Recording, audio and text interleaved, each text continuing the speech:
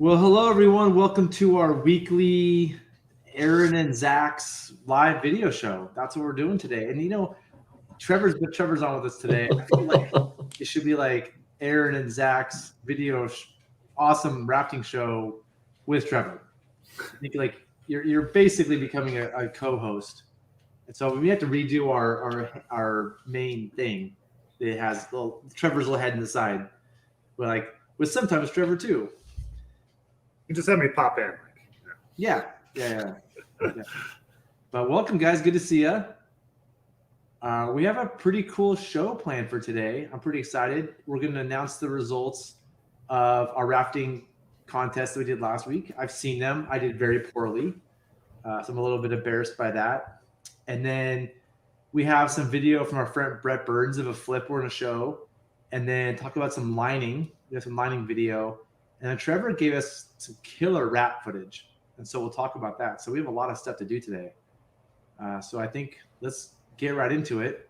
Trevor, do you want to be the official describer or like award giver outer? Yeah, I'm stoked. I'm so stoked we had so many people that came out and did the flip challenge and braved the cold. And I mean, we got some awesome video, and just seeing everybody get out there was incredible. So thanks everybody for joining the flip challenge and getting in on it. Zach, do you have the scorecard? Oh man, you're asking me to do something. Let me see if I can pull that up. I was telling the gentleman earlier I was having technical difficulties earlier, and so let me see if I can make this work. And Aaron pointed out how I'm always complaining about other people's technical difficulties. So at this point, you guys can complain about me. Share screen. Oh, jeez, are you kidding me? I have to open system premises, guys. Here, hold on. Well, I just have to say that I am super stoked that I beat you, Zach. So it wasn't hard. I'm just going to say by how much, Trevor? How much was the 6 how much points? Did you beat Zach? I beat him by 6 points. Out of how many? So how many did you get versus him? That sounds like a lot. I got 36 and he got 30. So yeah, I was pretty stoked. As you can see, I did really bad. I mean, I think part of it is you had it out for me, Aaron, a little bit. No, not at all, Zach. I actually gave you a very reasonable score. I didn't give you zeros. What did you get from? What did you get from me? I didn't do too well. I got a 3 for IRF standards from you, so that was good. Zach, you gave yourself a 0 for IRF standards. Actually, that was Mark Hurst. Did that. Oh, that was Mark. That's right. That was Mark Hurst gave you a 0. So those of you that didn't see the show last week, I flipped a wing gearboat, and I lost control of my paddle for part of it. And so I technically should get a 0 for IRF standards. I feel like I should have gotten a 5 from you for difficulty, Aaron. That's all I'm saying. Okay, that would have moved you. That would have moved you ahead of Jennifer instead of a tie for her. Wow, that 1 point would have made a huge difference. That would have turned the tables. So I'm sorry, Zach. You're right. You could have deserved a 5 for that. I mean, honestly, I feel like I deserve 6s across the board for my difficulty. But that would put me above Micah and like on Nick's heels. But enough about me. Do you want to just go through the results? I don't know, man. Micah is just like, he made that look so easy. Like he literally just flew out of the water like a dolphin or something like that. I didn't even know what happened when I saw that. But so first place was Heidi. Super stoked to see Heidi in a clown suit, flipping that over.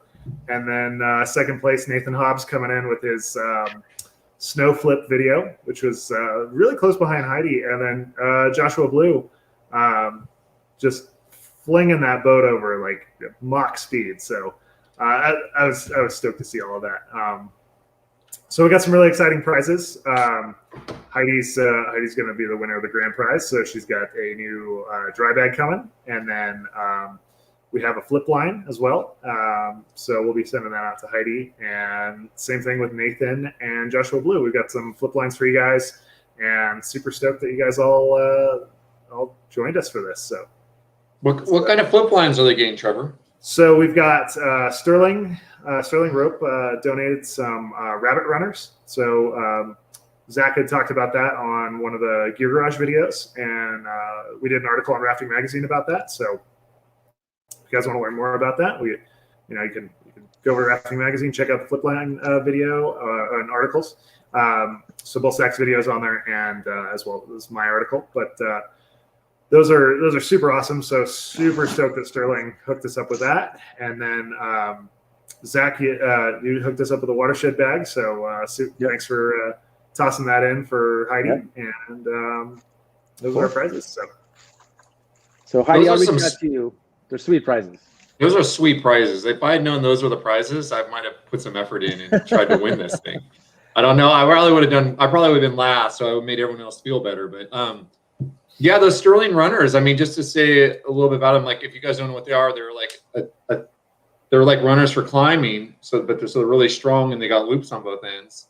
And they work really well for flipping your boats over because they're a lot smaller too, so you can fit them in your pocket a lot easier. Do you guys have anything to add about the Sterling runners? So I've been using the Sterling runners, and they're a little bit wider than the Blue Water one that you have, Zach, and you did your video on. Yeah, this actually, Aaron. Sorry, I'm gonna interrupt here. Aaron, you're thinking the Blue Water ones I was using. I think they're maybe 3/8 of an inch wide, but they're super strong because they have Dyneema or some fancy thing in there. Trevor, the Sterling ones are bomber. These are made for like tying your car off to a tree kind of stuff. So they're thicker. They don't quite fit in. They won't fit in an Astro Green vest pocket. Yeah, it actually fits really well in my WWTC throw bag pocket. So that one works. It works really well in that throw bag. And then if you have like, I used to use like flash grenade pouches to put my flip line in, and it works really well in those as well. Or like a grenade pouch. So they're. I mean, I use those. I've been using those for years, and I love them. They're amazing. So I can't remember the working load limit on them, but they're super cool because you can set up anchors with them super easily, and just like you would a normal tubular webbing. But I mean, like, yeah, you could pull a car out like the small car, but they're super good, super bomber. So we got all of that stuff. So again, thanks everybody for getting in on this. Yeah. And I love that Nathan Hobbs' snow one got second place. I know, that one was so good. I think that's with this contest. I think that this is a lot about just enthusiasm and proper form. You know, he didn't do well in IRF necessarily because it wasn't to IRF standard at all, but it was super cool and it was very instructive. And I think he really showed the visual of what happens when you flip and reflip. So his difficulty and his style carried him through, which I appreciated that effort. That was a cool effort. So thanks, Nate, for doing that. So, and Heidi, I'll reach out to you with the dry bag. And then Trevor, you got the rest of the gifts out to everybody of the prizes. Those will be coming out. So, and then Zach, you want to talk about our next challenge? Before we go on, wait, other people got more. There was more gifts that going out. There's more awards. There's more prizes. We just had the top three. Oh, I thought there were some prizes for like the best in each category. Oh yeah. Sorry. Yeah, you're right. You're right, Aaron. That's what I'm thinking. Okay, so each of the manufacturers are also giving out a swag bag for everybody, just so, hats, shirts, stuff like that. So Heidi, you'll be getting the Sotar one, and then looks like Blake will be getting the one from Air. And then Jennifer, she used a Moravia, so she's getting the one from Moravia. So, I mean, this may not be coincidence, but I mean, Sotar swept. I mean, they were 1 through 4 there. I don't know if it's coincidence or what, but that's an impressive feat. Maybe they're the easiest boats to flip, I think, to climb back on and flip back over. I give Heidi a 6 because she used a big boat, though. So I don't think Heidi's was the easiest. She just happens to have that boat. Yeah, I actually had a conversation with Jeremiah about that, and it was he was pretty excited by your guys' appreciation for that. But I definitely agree. It's like that boat is so easy to remount. It just makes it a breeze when you're flipping. So it's great. So I think with the throwback contest. Hold on. We talked about. I think I want to wait a little while before we do that because I think I want to wait till it's a little warmer. And there's more people boating. it being February, people, because we're asking people to get in the water. And so I think maybe in March or April, we'll do the next contest just to give some time to pass. If you guys, we could think of a separate fun contest in the meanwhile, because this has been super fun. But I think maybe we'll wait a little bit until we do the full contest. Does that sound cool with you guys? I just want to get more participation. How about maybe we just have people send in a video of their most embarrassing rafting moment caught on film? Ooh. Yeah. I mean, that's basically what this show is. Yeah. But just a short clip. It doesn't have to be long or anything like that. Do you want to share it? Like, we can have another set of awards. Like, okay, hey, yeah. Oh, Nick has a good comment. If we give the specs now, we can practice. So I think I can talk about the throw bag. I have the list right here of kind of goes what goes into it. And so I have the exact information here. So this is the IRF. I'm not going to give you every sentence and every perfect description, but this is the general thing you're going to do. You have 2 swimming victims and then a person with a throw bag. And this is a timed event. It takes 2 minutes, but the total time doesn't really matter. The timing starts when the first swimmer jumps in the water. And so the rescuer who's being tested has to throw a throw bag to this first person who needs to be in the current, and I think it's 20 meters away. So like, whatever that is. Is it 20 meters? I brought it this way. Yeah, I think it's 20. Is it 10? 10 meters away, so 30-ish feet. Hey, I can give a link here. I'm going to give you a link, Zach, to the standards, and then you can. I can't publish it in comments right now, but I just sent you a link in the private chat, and you maybe can just republish that in the comments. Cool. There's some stuff we're not supposed to share though with IRF stuff. So I just Googled that. It just showed up. Okay. I just Googled it in Google, and so it's not anything. It's not anything super hidden. IRF throw bag standards. So yeah, I'll do that technical stuff here in a second. But just to finish up, so they're 10 meters out. You throw it to the first person. The second swimmer comes 25 seconds later. So you bag the first person, bring them in. The second person comes down. They have to be at least 10 meters away again. You have to bring them in, and then you grab them by the PFD, and that's the end of the test. So people rarely fail with the total of 2 minutes because it's more about the 25 seconds in between swimmers. And you want to do this on pretty straightforward. It is being current, but definitely don't do it somewhere dangerous. So the most difficult part is once you fill that initial throw, getting that person somewhere stable, coiling your rope up, and doing an accurate second rethrow. That's really what the challenge is here.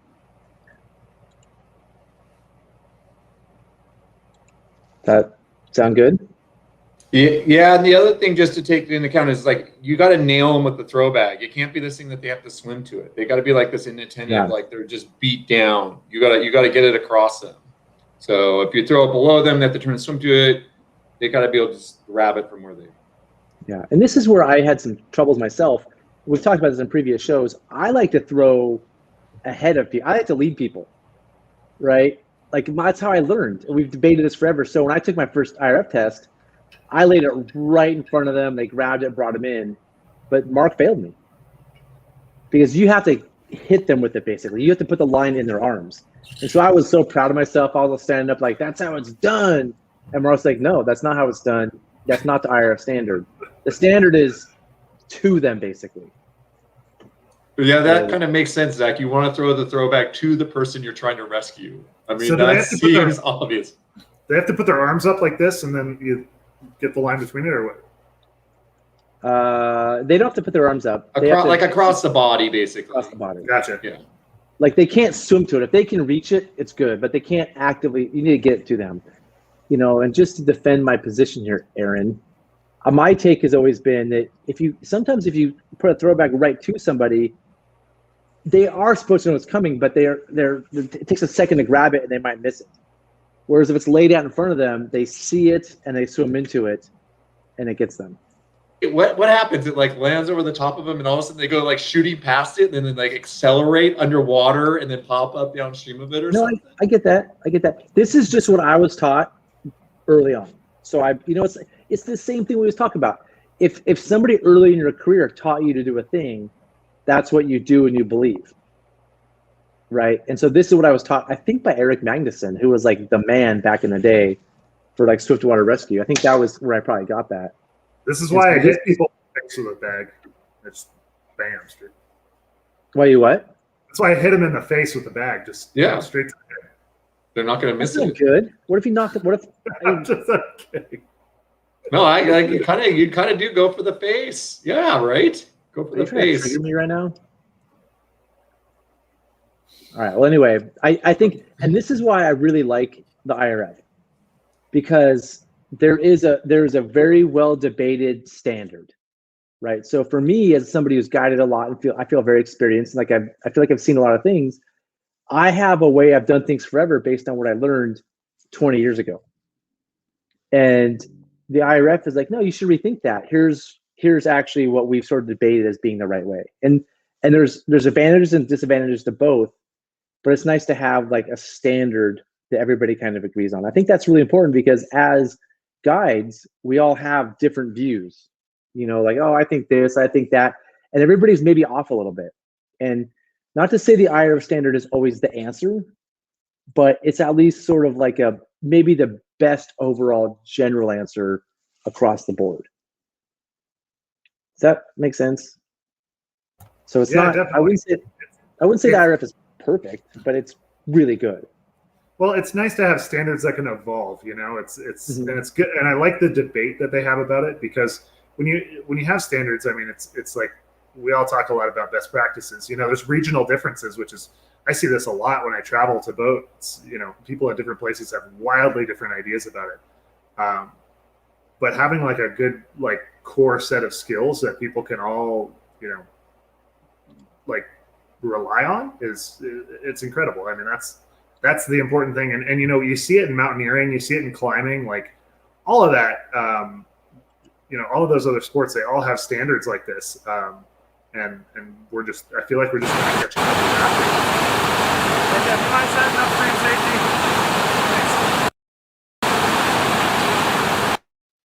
Sorry, can you guys hear that audio?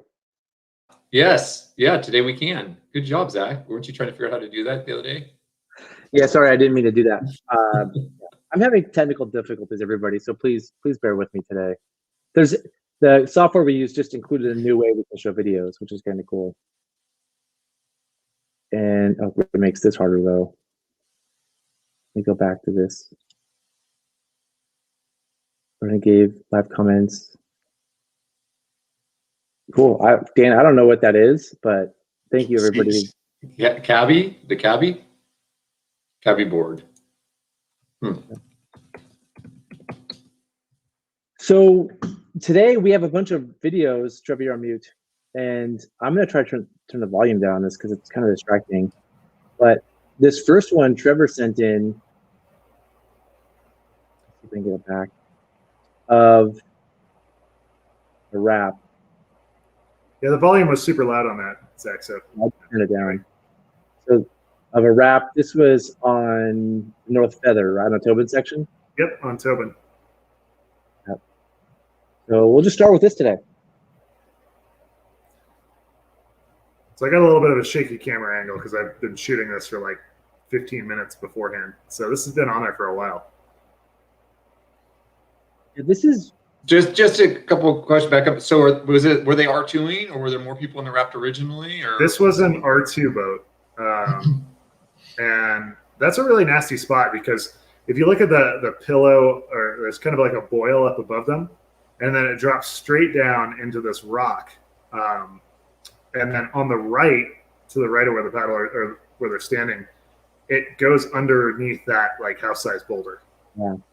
So it's a really nasty spot. If you swim there, if you swim left, you're like probably okay, but if you swim right, you go in a really nasty place. It's a really bad place there. And then the line there is down the left side, or the line's over that little pour over and then that's go. That's not actually the line. Like you don't even want to. Most of the time, people don't even go there. Most of the time, I'm standing on a rock, and between me and them, there's a drop, and most of the time, rafts run that drop. And then behind where I'm standing and where I'm filming, there's another drop that kayaks run. Oh. So this is kind of like the bad place. This is like the desperation move, and it didn't work out, as you can tell. I mean, that's a good thing just to talk about is like the hole backed up by a rock. That's a nasty spot, right? Right where you're talking about, and then particularly when one side feeds into an undercut. I mean, you're like almost like making it up. Like, oh, here there's a nasty spot. There's a hole. It's backed up by a rock, and then to the right there's an undercut. Like that's yikes. Yeah, and there's another rock in there in the left side of the channel. just to throw more. Cool. All right. It's definitely not. My first instincts when I saw this were, one, those two people on the rock. I like that they're pushing and pulling and not just going right to Z-rig. I think that's the right call. Right, but I worry that they're going to fall in. Like, what I see, I don't see the run out. I see a sieve. That's that rock on the right that they could be caught under if they fall in a weird way. It looks like there's semi-continuous water potentially downstream, and a swim here might not be awesome.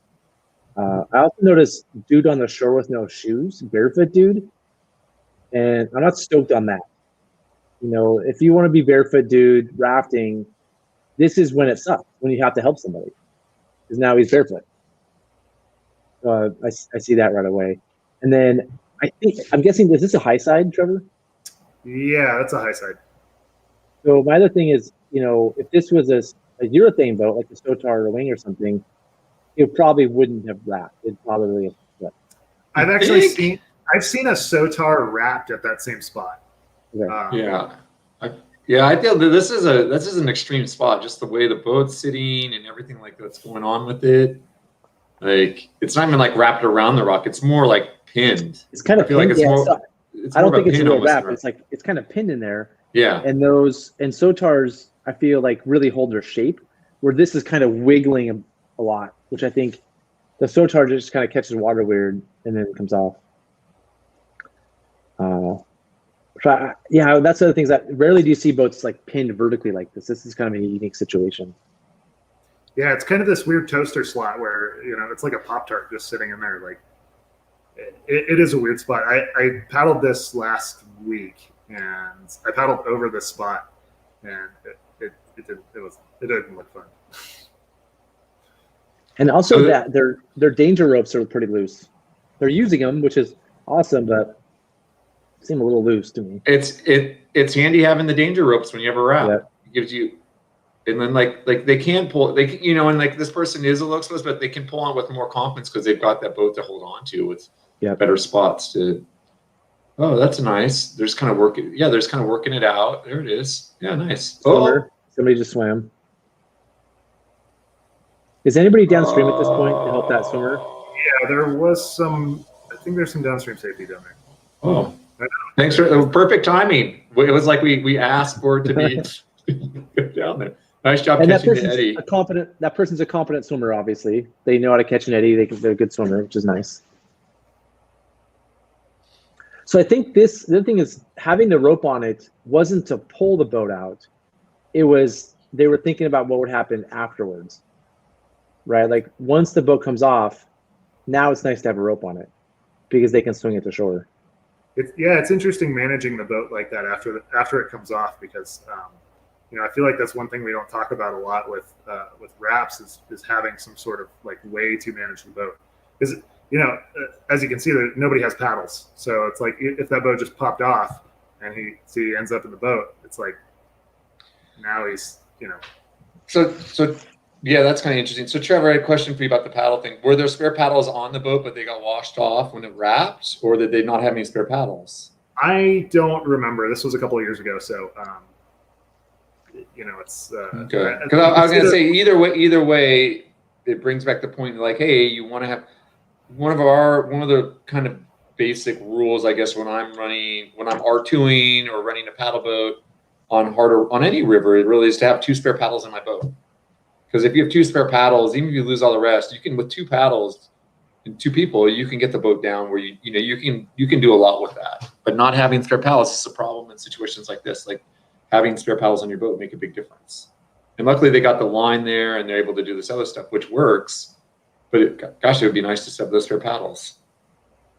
Yeah, I think there may have been on there, but they probably got washed out, is what I think happened. Because that thing was getting worked in there for like 25 minutes. Wait, so we just saw the end. Yeah, I have another pile, but it's basically just that. It's just the boat sitting there like wrapped on the rock. But I mean, you can see the pocket that boat is in. I mean, it hits that that pillow on the rock above it and then drops in. There's a paddle. I just want to point out again, no shoe guy. Like, he's got a safety harness on with looks like a long leash, or long tail on his thing. Probably cut that down. But right now, safety guy with his rescue harness, I think his key safety equipment here would be shoes. Right? Maybe they got washed off in the flip, who knows, or whatever. But like, this is where I bet he wishes he had shoes on. Sorry to keep harping on that, but that's a big one. That's like a pet peeve of mine. Well, it really does suck when you're trying to get some traction and you can't because you don't have shoes on. And I think as an outfitter, Zach, you're looking from an outfitter perspective, which is like if like one of your guides isn't wearing shoes and then they hurt themselves, and it creates a bigger mess, particularly like on a multi-day trip or anything else like that. Like, oh, now you hurt your foot. Now we need to find someone else to guide because you hurt your foot, or you can't help it. But they're just like. I'm definitely looking at it from an outfitter perspective because I know guides who've been evacuated. Guides have been evacuated because they got foot injuries. That shouldn't happen. So that's a pet peeve of mine. But private boating too.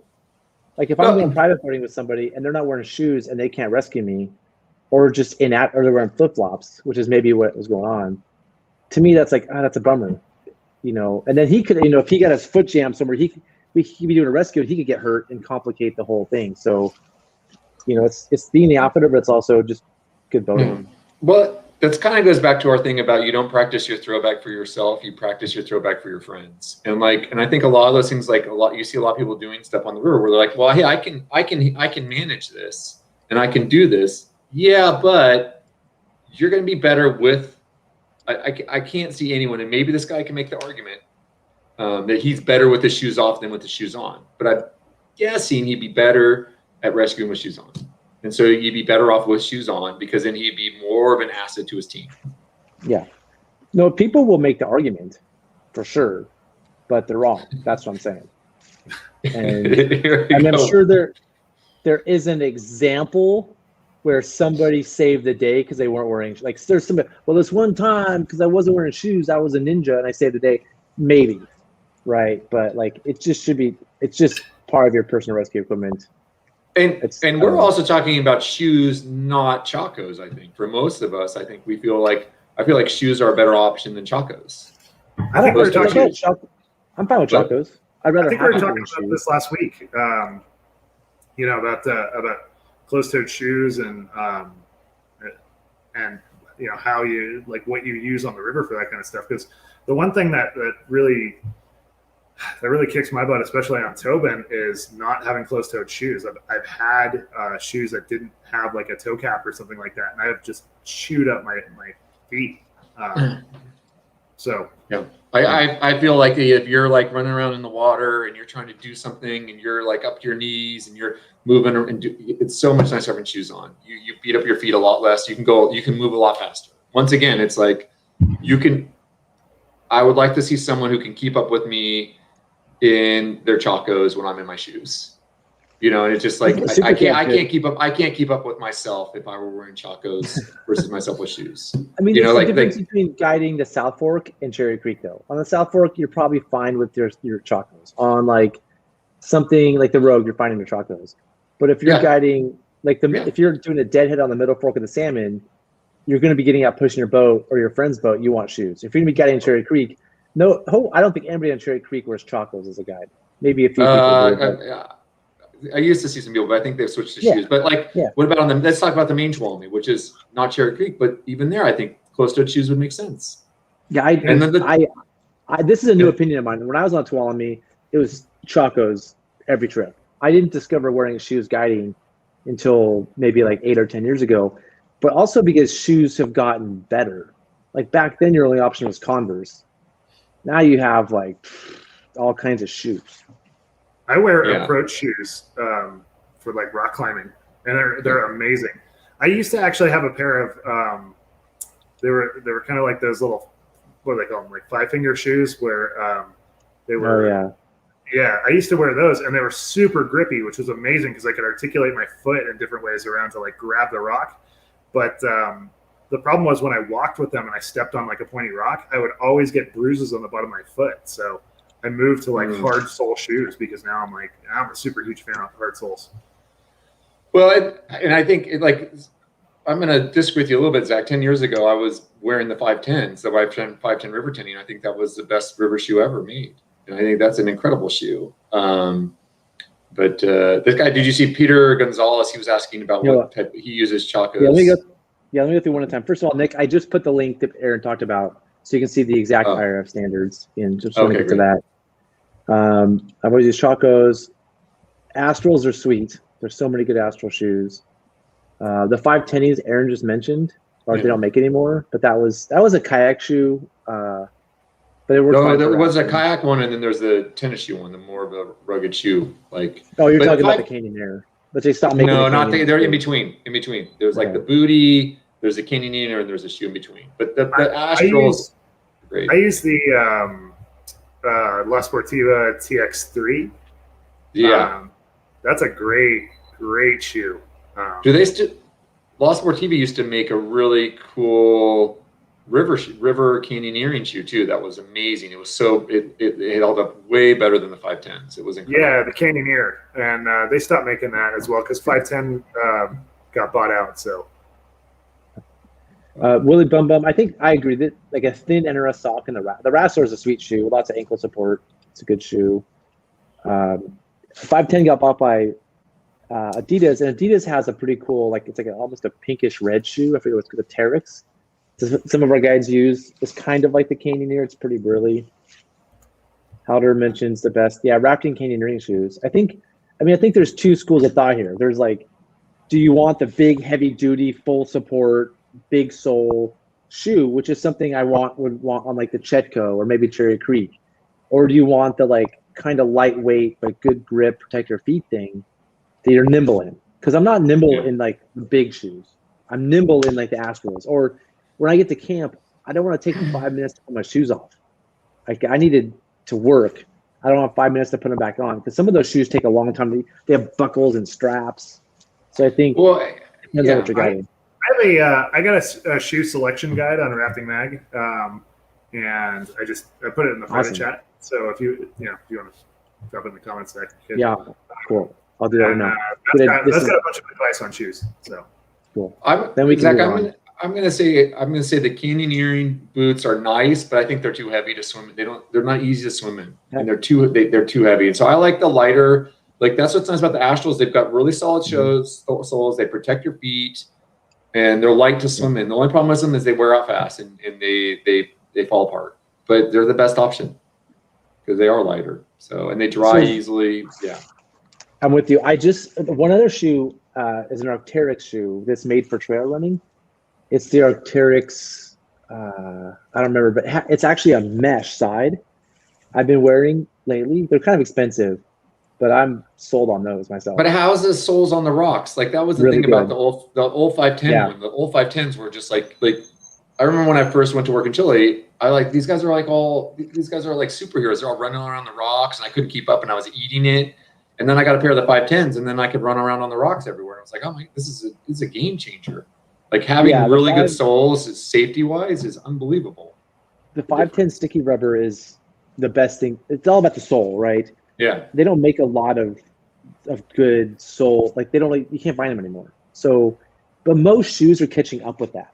These Arc'teryx shoes are running shoes, but they have really good soles. I thought Adidas was using some of the rubber on some of their other shoes now too. Let's go back. Nick bought these shoes first, and then I bought them to copy Nick. So he knows that these shoes are sweet. Nick, if you can find a link to that shoe, that'd be sweet. I'll have to check those out. If you guys have a link, I'd like to check them out and see. They're expensive. Yeah. The boating, they don't generally feel too bad. I think particularly the ones that we were just talking about, not the Arc'teryx, but the other ones.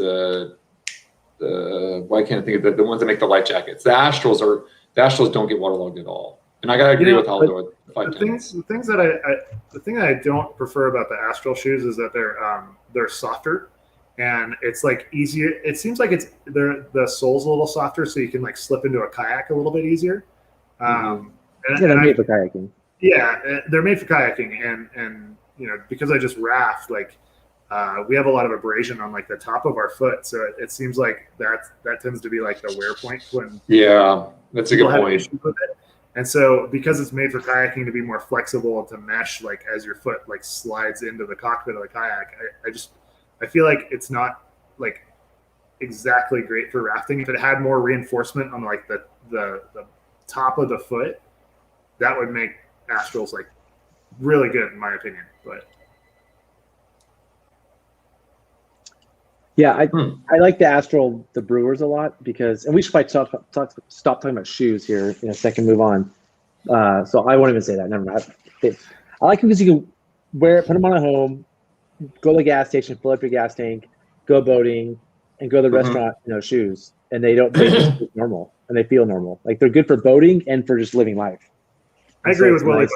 We're gonna have another episode. Of shoe We're gonna have to have shoes. I'm just gonna use them each day and like see. This basically is that show. Let's move on. We have some really cool video. So I'm gonna move on to the video. This is from our friend Brett Burns, and Brett Burns is a guy up in Montana. His YouTube channel is Death Angle Whitewater, and he's definitely Brett is. I like Brett a lot. He's a nice guy. He's enthusiastic. His YouTube channel is good. He's controversial though because some of his techniques are controversial. I think what people do in Montana in this river is probably different than the rest of the industry. And I don't want to harp on him, but I think he's been beat up enough about his center line. If you see a center line down the middle, I would say is not standard practice. And there's no need for us to harass him about it because he's received enough harassment and defended himself adequately on that topic. But this is a good video, and you guys can if you want. I just want to think this is a good video of a flip and recover in real life.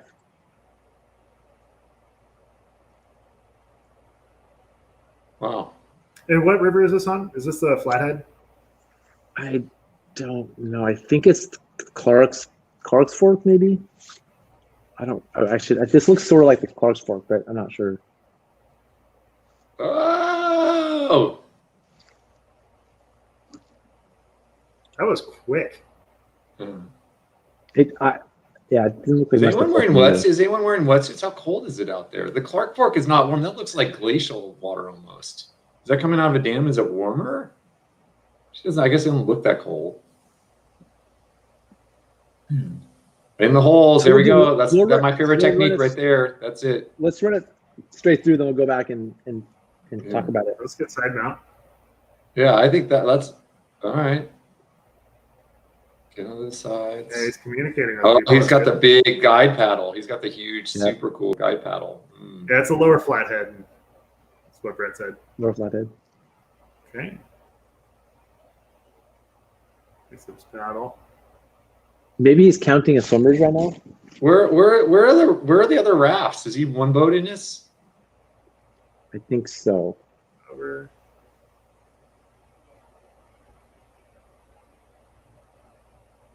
Did he have two people flip it over? Did he have someone help him there? No, it was just him.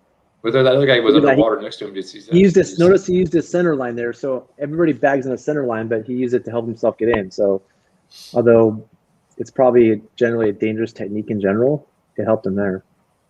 Yeah. Again, handles would work with that too. Yeah, or a thwart line. Yeah. Thwart handles. Yeah. I think he has them. I think I saw them too. Or just I grab underneath the thwart. So we're gonna. I'll stop it there. I'm gonna go back and I'm gonna pause it a few places and just make some comments, and then So first of all, Brett, thank you for sending this to us and allowing us to go over it. Their paddling isn't awesome. Well, you got a lot of kids in there too. Yeah, I mean, this is the classic. I feel like this is the classic. You got a bunch of kids and. Brett, what class is this? If you could help out. I think it's Montana Class 3. So California whatever that means. So okay, so Death Angel Whitewater, that's Brett, right? He's saying that there are several other boats on this trip. Was Brett commenting? That's cool. Yeah, Brett. Yeah, we got a bunch of comments from him over there. It's really helpful. He said the water's like 70 degrees or so. Which water 70 degrees? Come on, man. Really? That warm? That seems impossible. That's because all those people fell out and peed. That's why it's 70 degrees. And hold on, this is America. We're the land of the free. We wear helmets if we want to. That's unfortunately how it is. You know, that being said, again, okay, I'm not gonna. Maybe I should know. Go for it. So I'm being cavalier, trying to spur some talk. Well, it's funny because I actually wrote a piece about helmets for IRF because Sean, the marketing guy, was asking me about it. And because from what I gather, a lot of the IRF countries don't understand why Americans don't wear helmets. And they're like, for such a litigious country, like where everybody's suing everybody over here, yet we don't wear helmets in whitewater. And, what's interesting about this trip is it looks like a big water trip. Like from what I know about the Flathead, and Brett, you can correct me if I'm wrong, but it looks like big water. Like it doesn't look like there's a lot of technical features and rocks. So people flying out of the boat, I mean, are less likely to hit their heads on a trip like this. And I was talking to Zach, I think I was talking to you about accident statistics, and the only data that I have is from like the 90s, like 97, they did a study on accidents. And, helmet wearing, like head injuries were much less common in rafting. And the head injuries that did happen were just basically from getting knocked in the face with a T-grip or something. T-grips. So, T-grips were huge, but head injuries were way less than kayaking. And most of the injuries that we sustain as rafters are to the knees and the wrists and elbows and shoulders. That's like the preponderance of injuries from the study.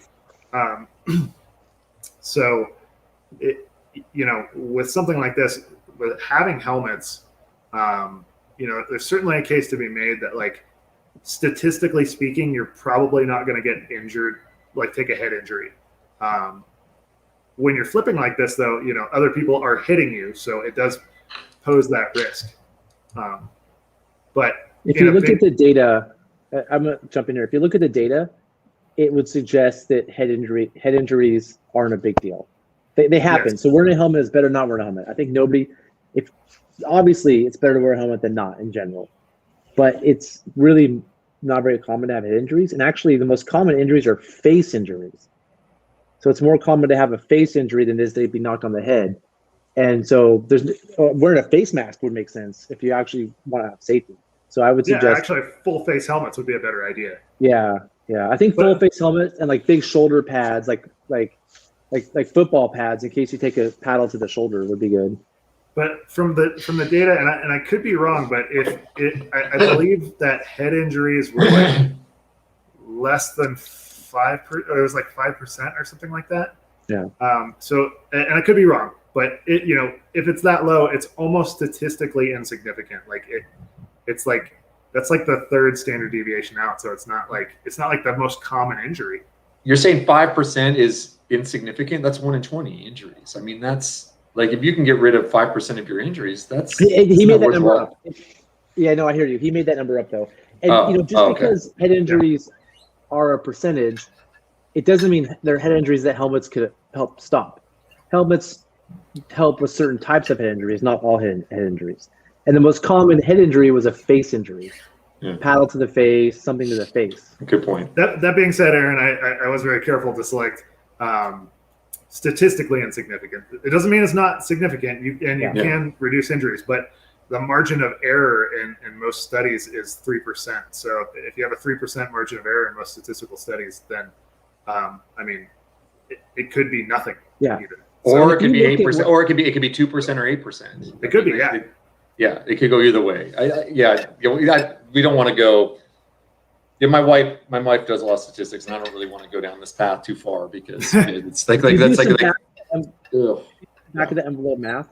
Carrying a CPR mask is probably more important than everyone wearing helmets. Let's back up though, because I'd like to say first of all, high volume, low volume river. I don't think it makes a difference. Like that should not be a reason why you do or do not wear helmets. Because like I said, have you ever heard of anyone hitting their head on a rock? Like it just doesn't happen. Like people don't fall out. Like falling out and hit their head. Yeah, that's not the injury. Is not the mechanism. Or they're is not falling swimming onto and a they hit rock. their head on the rock. It's more like you said. If I'm having people wear helmets, I'm more concerned about them like colliding into each other and like knocking heads or paddle hitting them. That would be the reason I wear a helmet. So yeah.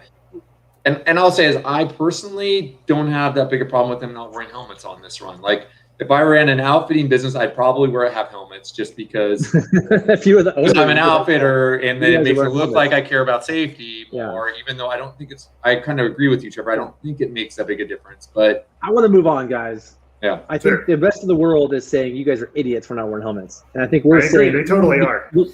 We're saying look at the math. Just look at the data. That's what we're saying. All that And- being said, guys, like I still wear a helmet like almost all the time.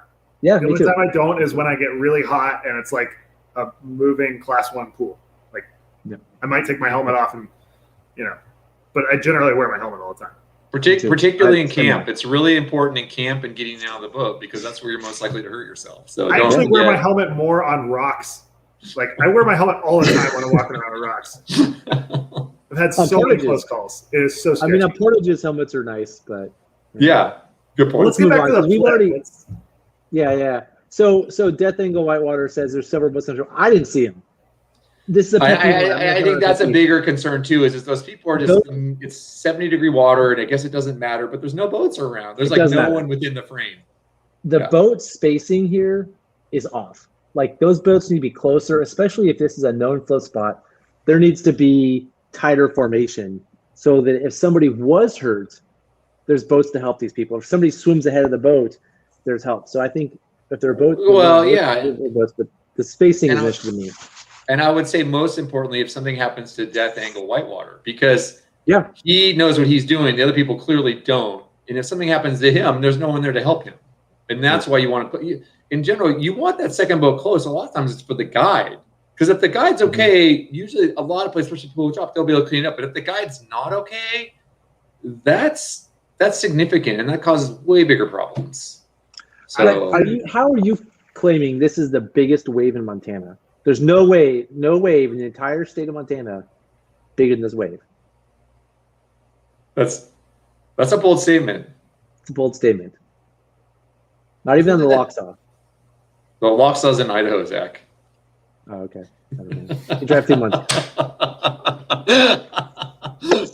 That's right. Thank you. Maybe it is the biggest wave. No, but doesn't the Gallatin have huge whitewater at certain times of the year? I think it depends on flows and when you're talking about. I thought the Gallatin's supposed to have some massive stuff. Emily used to always talk about paddling, kayaking the Gallatin.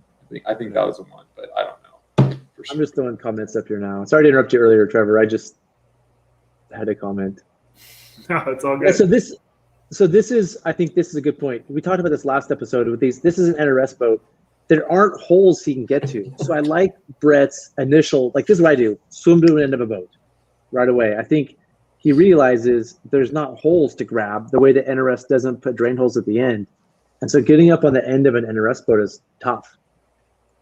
He does have that nice strap. It looks like that cam strap with a nice, it's about head-sized opening. He could probably use for a foot strap, but Let's see what I happens think from here. I like it. What? Press play again. Let's see what he does from here. Okay. So he So you just- realizes, Or he puts his paddle up there. Yeah, gets his paddle out, gets back to the raft. and Yeah, there's He's no looking way around. on that boat like that. it's tough. So he I goes was to the wondering side. what he was doing over there when I first saw it. I was, Yeah. All right. Well, now yeah. that he's having a good time, so I mean, it's good. He's checking in on her. She's good. Very good. Yeah. That's for me. That's the most I gotta important. practice thing that is technique. when you flip, like your guests that there's some guests that just flip out and just lose it, and making sure those people are okay is huge. Here we So go I get some think- more. Here's my take. We got lots of comments we'll get to in a sec. Here's my take here. Do a quick count and flip it.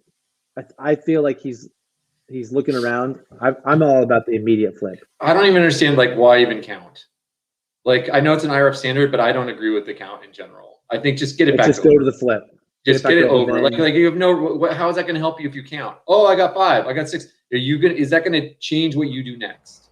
Are you not going to flip the boat if you don't count everybody? Is it possible there's somebody under the boat?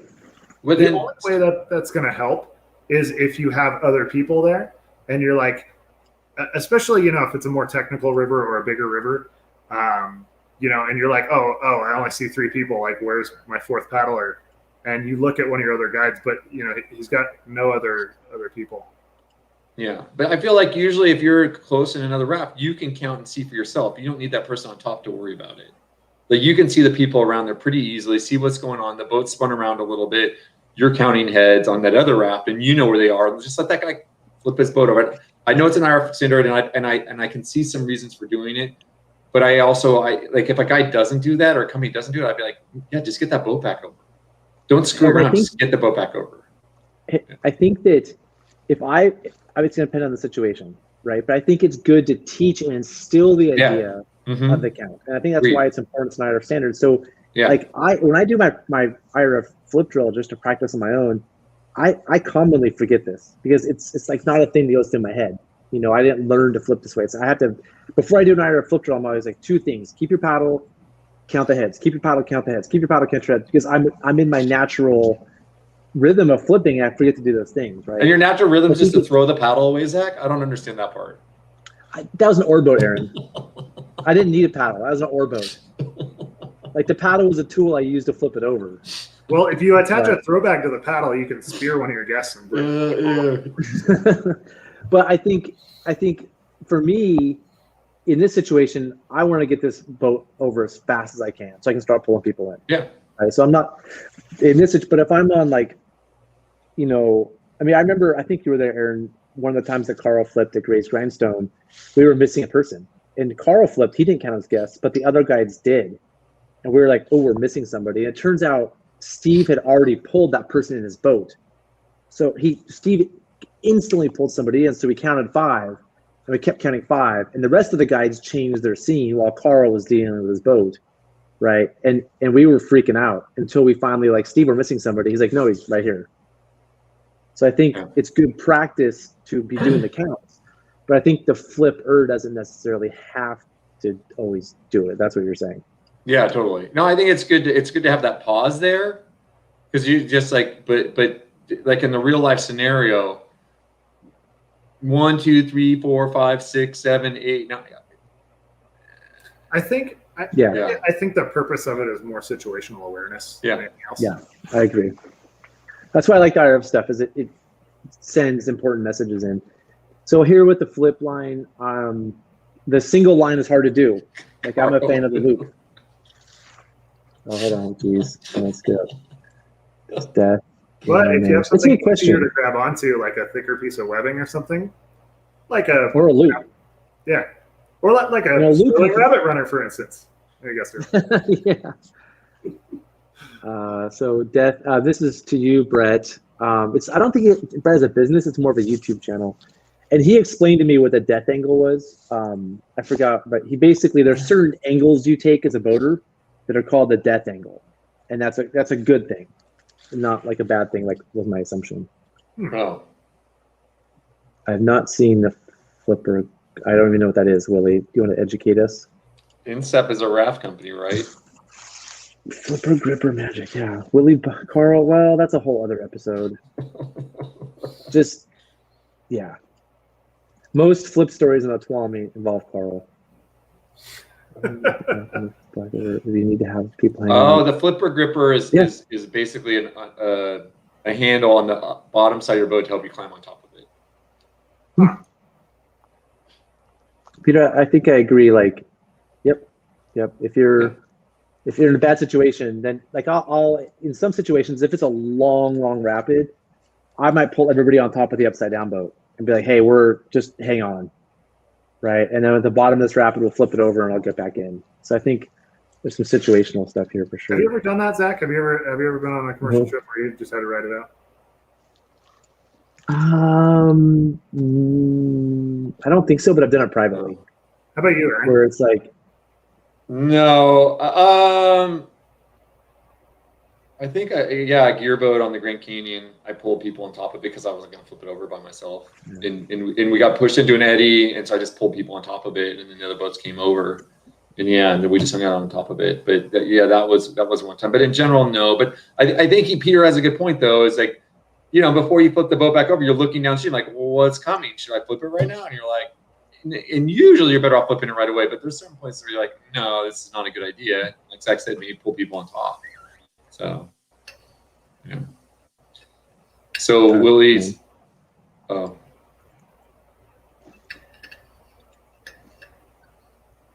Why is it not playing? Guys, my computer is just hating me today. yeah. And then there's the other person who was under. He put the boat on the other person because they were holding on to the side. Which I don't know if you ever trained people. We talk to people about going to the ends when the boat's upside so then it doesn't happen to you. I do like that middle. Oh, look, and she's right there, ready to get back on top. Is gear all stayed in place? Yep. So for me too, these people come in immediately. Like now I'm just on. Like everybody's from the boat. Let's get you in. So I also got to say for Brett, it's good that how he strapped his gear in, because whenever your boat flips and you have like missing gear all over the place, it's such a pain. And sometimes it's like if your first aid kit like pops out of your boat. I've been on a commercial trip where this happened. Like boat flips, there's a sweet boat, they have the first aid kit. Somebody gets injured, and the first aid kit just goes downstream. So that's something I really harp on when I'm talking to people about boating. I'm like, you need to strap your stuff in. Like it's super important. Well, yeah, I think that's a really good point about it. And another point is I think when boats flip and stuff starts floating all over the place, it's harder to keep track of people because you've got a lot of different stuff in the water. And then you're always going to have someone who's going to be, and you're always going to have someone who's going to be close to some piece of gear, and they're going to be like, oh, do I go to the person or the gear? And there's that pause. If you have everything rigged in, you don't have to worry about that stuff. So, yeah. So I think go back up to Willie Bum Bum up above. He had two up above. It's not. We're not talking about Carl Rice, Billy Bum Bum. Different Carl. Willie. Sorry, not Billy Bum Bum. Willie Bum Bum. Oh, it's not Carl Rice. No. Not Carl Rice. No, not Carl Rice. This Carl, you'd be like, oh yeah, this is the same Carl we referred to a few weeks ago, a safety kayaker who swam and we had to rescue the safety kayaker. I don't think we used his name that time, Zach. Though I don't think you said his name. Yeah, Carl with a K. Notify, count them with the persons who have drifted downstream. Do 11 or floaters, folks. Yeah, that happens a lot. Yeah, but this is where tight boat spacing is key. Yeah. Right. I mean, yeah, and I think Willie Bum Bum says there's no other boats. Yeah, I mean, this is, to me, I have a problem with the boat spacing. I'm so into boat spacing. If you have close boat spacing, your team can help you, right? And you can focus on getting the boat back over and your swimmers. Hopefully your team pulls the other swimmers in, done. Yeah, because there can a lot of times we'll see a boat flip and someone will freak out. Someone will be freaked out, and it's just like, yeah, they can go rescue that person, get them in. And, the last comment on this video is no shoes.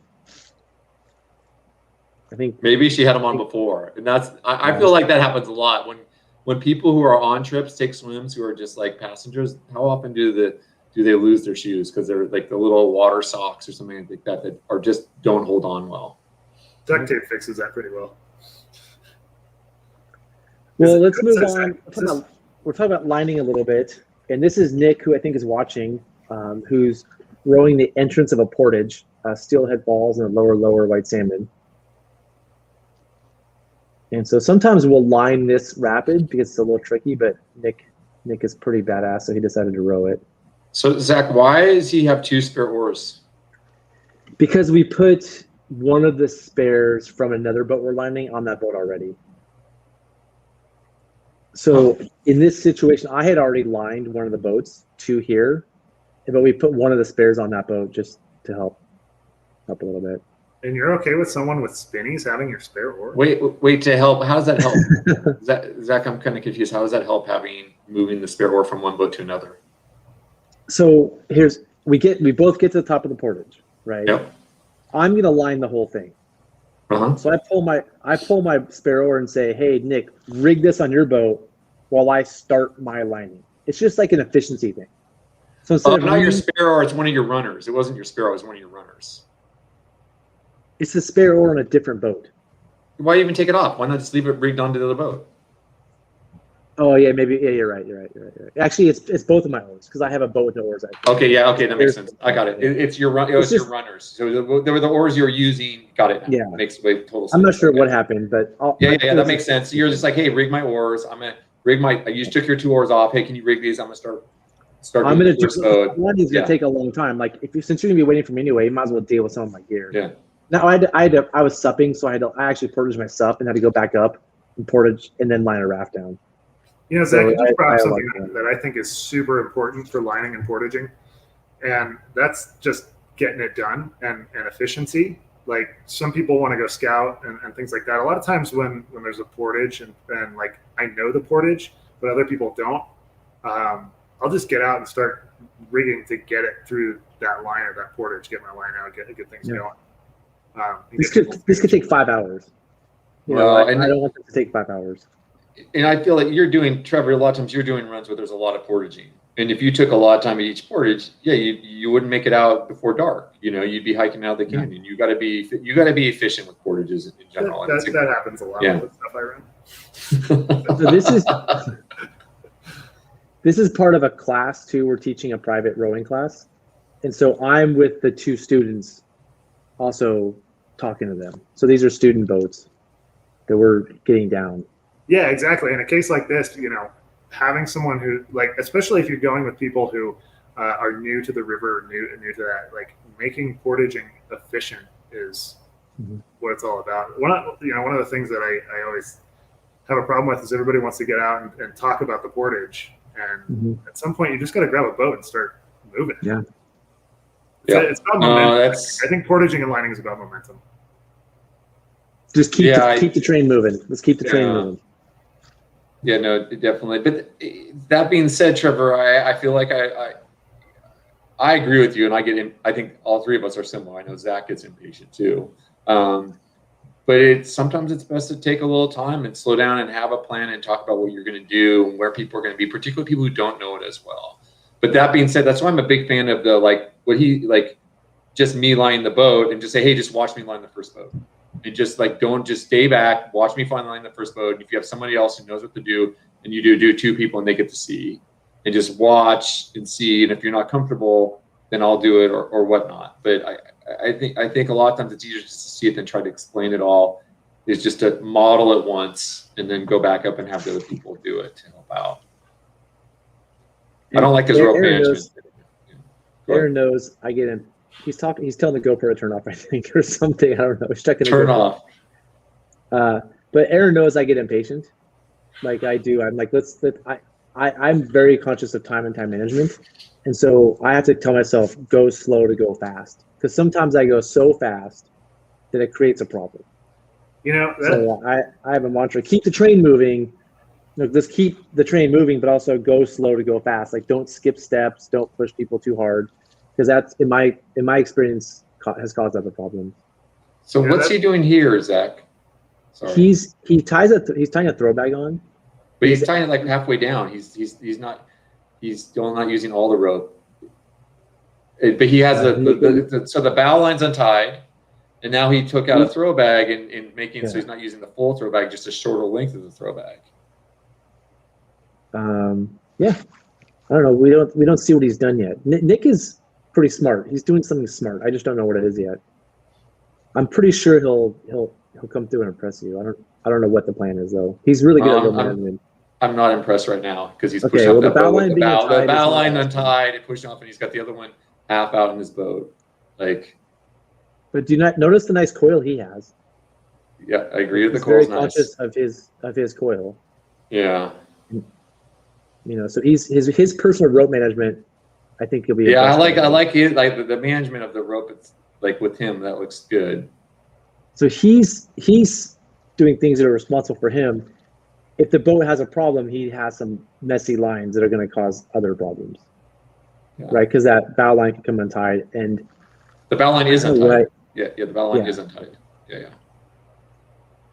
And I don't know why he maybe he didn't want to deal with the bag. I don't know. But I do that. I do that, Aaron. What I'll do is I'll use a bag and I'll just toss the front of the bag in there and then tie a line into the bag and do that. I get what he's doing. He's like, He's trying to be efficient with a throw bag so he doesn't have to repack that bag the whole time.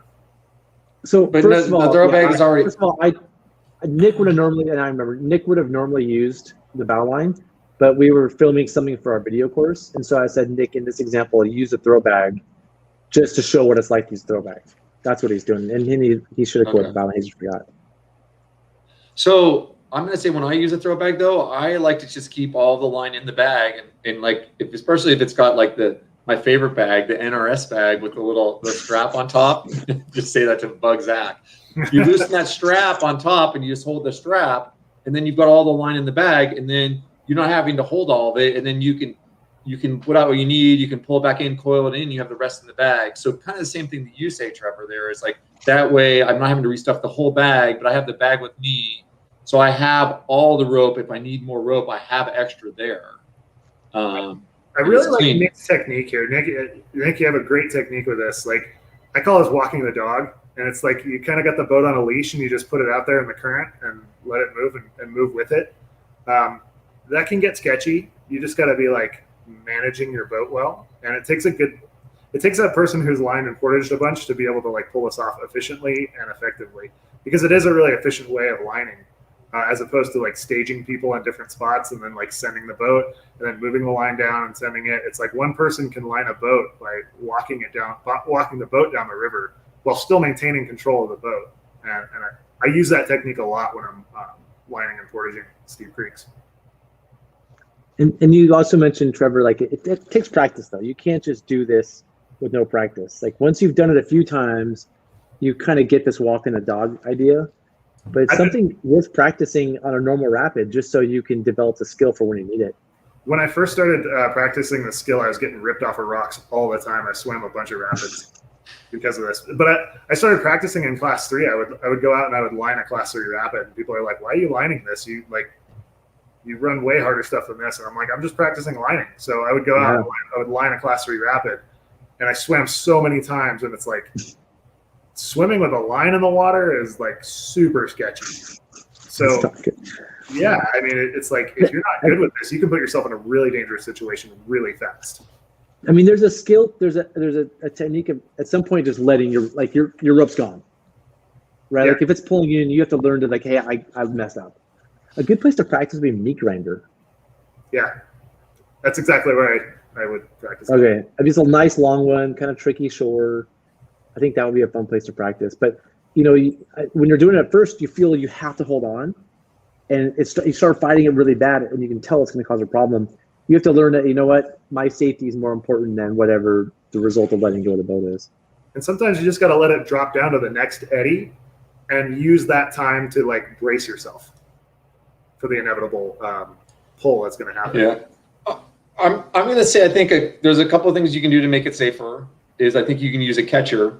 So like as it goes down the drop, like then you have someone catch it, and then you go down and find another spot, and that makes it more conservative. Oh, the boat flipped over. That's good. And then the second thing is you have someone spot you and hold on to the back of your life jacket. And I feel like those are two really good techniques to take some of that risk of falling in, Trevor, like you discussed happening. If you have the manpower, definitely having somebody. I wouldn't say 2 people hold the rope because that gets unwieldy, but somebody there that's your backup. I think just walking along with you, they can grab you if you need to. So going back up, the benefit. I feel like, I don't know about you guys, I use a throw bag when I feel like my bow line's not going to be long enough, but I'd rather use my bow line in general. Like if the bow line works and it's going to have more than enough length to it, just use my bow line. But if not, then I'll break out my throw bag. I like using bow lines because a lot of times people tend to use static line for their bow line. It's better rope. Yeah, like the throw bag tends to be a little bit better rope, and a throw bag has a little bit more elongation than like most other things. So if there's shock on the rope, it actually has a little give on it. Wait, so you're saying the throw bag's better or the bow line's better? I think the throw bag is better because it's a little. Oh, more you want the shock? Oh, that's interesting. No, he wants the stretch. Oh, okay, that's interesting. Yeah, I feel like for me, it's just about getting it done fast, and whichever is going to be. It's just, it's almost like laziness. Like let's just because when you do a throw bag, you got more rope, and you got to coil at the end and the whole thing. You know, and also if at the bottom of the portage, you got to jump in quickly. It's hard to like do a throw bag. You just want to like tie up your bow line and go. It's this rapid in particular. When you're done, there's kind of a quick jump and go. Bow lines. So to answer your question, Joshua, the advantage of the bow line is that is the speed and efficiency of getting back in the boat and getting moving quicker. So keeping your momentum up through the portage. But the benefit of a throw bag is that you have more length than most people typically have on it. Yeah. You have a little bit more shock resistance, in my opinion. So hey, Trevor, can you hear me right now? Yeah. Okay. I wasn't sure. Willie Bumba made a comment on a video I did earlier about instead of tying to the back D-ring, tie to a side D-ring, which I think is a really good idea. I've never thought of doing that. And Willie, since you made that suggestion, I haven't gone out and done it. I haven't lined a boat since then, so I don't have video. Yeah, but you don't want to do it on the inside. If you do it on the inside, it's gonna pendulum your boat to the wrong angle. So it's gonna want to ferry you back out to the middle of the river. You're gonna work against the boat more. Yeah, I'm not a fan of that myself, just because the boat can oftentimes turn sideways. Yeah. So like if the boat gets caught by the current, it'll turn sideways and then it'll kind of like sink itself a little bit, and then you have way more force that you're holding onto. I actually prefer it on the bow or stern so that the boat goes straight and has more like flow across the tubes, so that it actually reduces the friction of the water and prevents like the force of the river pulling you in. Yeah, Trevor, I agree. I feel like I've tried the side thing and it hasn't worked well for me. Because like I'm gonna try like the side you want it on is the outside, the side away from shore, which is hard to get you to clip to.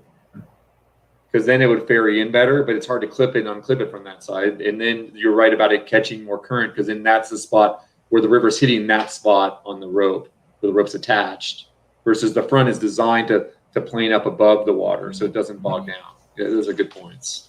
Yeah.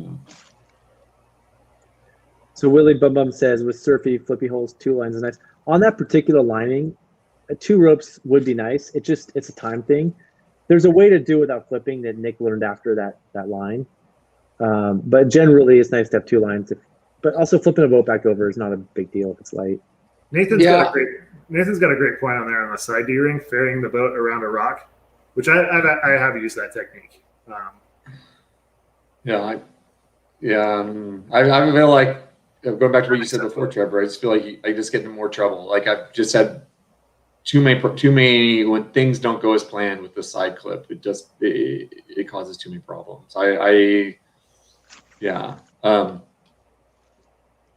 Sorry, lost my train of thought. Go ahead, guys. Well, here's Nick again. This is, I think, the next day, if I remember right, or a couple days later. And so, we were doing a lot of lining this week, and that black boat was the first one, I think, of all these linings that we did. So, but Nick did the same thing. He rode the entrance move, and he's going to pull over and set up to line it. Hey, quick, Willie Bum Bum, when you're doing it, are you using 2 lines on your boat? Because I think that'd be different. If I were having 2 lines on my boat, I could see clipping one off to the side in the front like that, and then you have the main line off the front. But are you guys fans of using 2 lines in general, or do you usually use just 1? I only use 1. Yeah, me too. I'll use 2 if there's something like a big hole I want to get through, like I think Willie Bum Bum pointed out, or if I'm worried that somebody might let go. Like if it's like they're going to lower it and it's unstable, it's nice to have that second one on it so you can kind of work together, and then if they let go, you still have the boat on a rope. So where have you run 2 lines? What portages? I can't remember. I've done it before. It's not something that's common. I'm a fan of the one, but I have done it. And I think there's times like, I think if I was portaging like on the Widowmaker with like, on Widowmaker, I've been a fan of the like moving from person to person technique. But if it's a small group, I might do 2 on there, because if you let go of the boat, if there's a mistake, it could get pretty bad. Right? Now that I think about it, I think that's you really want to control the boat coming down. You don't want to like take any chances. Now that I think about it, like that technique that you're talking about, Willie, I think that that would work really well if you have a large feature and then there's like an eddy on your side of the river with it. Like if you push the boat, like instead of just, if you're standing at the top, you push the boat and the boat runs the feature, like having the having it on the side would naturally make it want to shoot over that way, because it would just follow the flow of the river into the eddy. But I'm gonna try it. Next time I run the boat, I'm gonna try it. Next time I go out and I run something with a portage, I'm gonna go try that. And I'll film it and see how it goes. We'll talk about. I think for me, it's one of those. It's like a tool in your tool chest. Yeah. Once you've done a bunch the long way, and once you've done a bunch the long way, the normal way we're used to in his way, I bet you'll learn like, oh, in this case this makes sense, in this case that makes sense. I got to trust Nathan on this too, because Nathan's a way better boater than I am, and he's got some good insight on it. But now this clip. So I'm not sure what happened to the rest of Nick's landing video, but maybe it'll pop up in this montage I'm doing. This is some video that Trevor sent of, I would call this a flat wrap. The boat's wrapped down to the bottom. This is like a rotisserie flip type thing. You guys know when you turn the boat sideways and you pin on the bow and stern, and the boat like wants to rock either way. Like, this is kind of a rotisserie flip with like a flat wrap on top of it too. Thanks for the comment, Peter. I think I think we're all kind of on the same page. Like, there's certain times where like that makes sense. So basically,